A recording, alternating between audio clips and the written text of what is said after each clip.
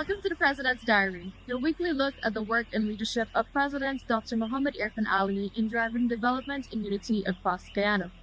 The president met with the families of the victims of the tragic bombing that occurred on October 26 at the mobile gas station on Regent Street.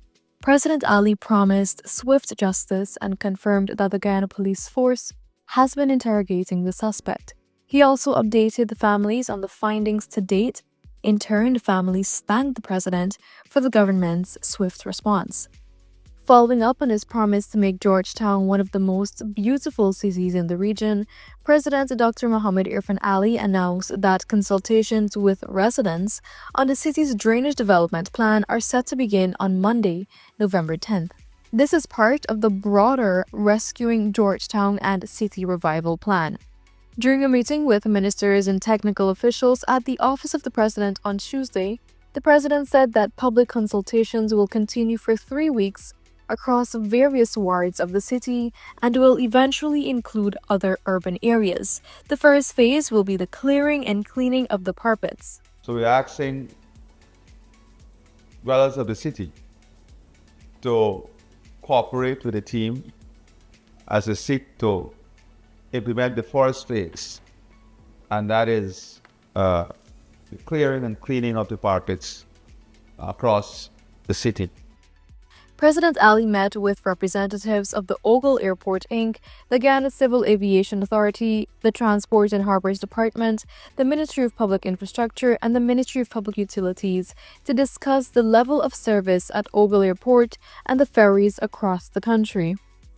On Tuesday, the president also addressed the Low Carbon Development Strategy LCDS 2030 Multi-Stakeholder Steering Committee. If the hydro project was not derailed by the then APNU AFC opposition and government, today we would have had the largest per capita clean energy population in the world. From that foundation, Guyana has moved from being doubted to starting to become a model that others study. Today I can say, without a shadow of a doubt, that we are a global example, a global model. The president also met with members of the Guyana Council of Organizations for Persons with Disabilities at State House, where discussions focused on ways that the government can continue enhancing the lives of persons living with disabilities in Guyana. High on the agenda were initiatives to support children's education and adults' standard of living.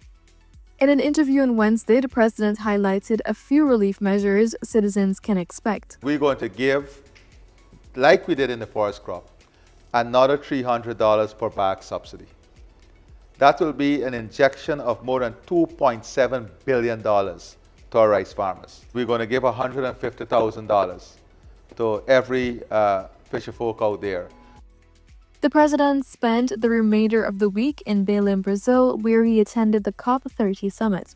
In his address to world leaders, the president called for fairness and balance in the global energy transition, warning that a sudden ban on fossil fuel would be unjust to developing nations. Does the world still need fossil fuel?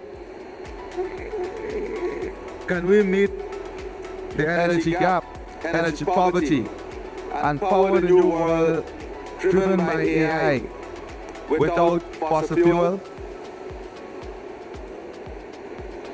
The question is, how do we find the balance?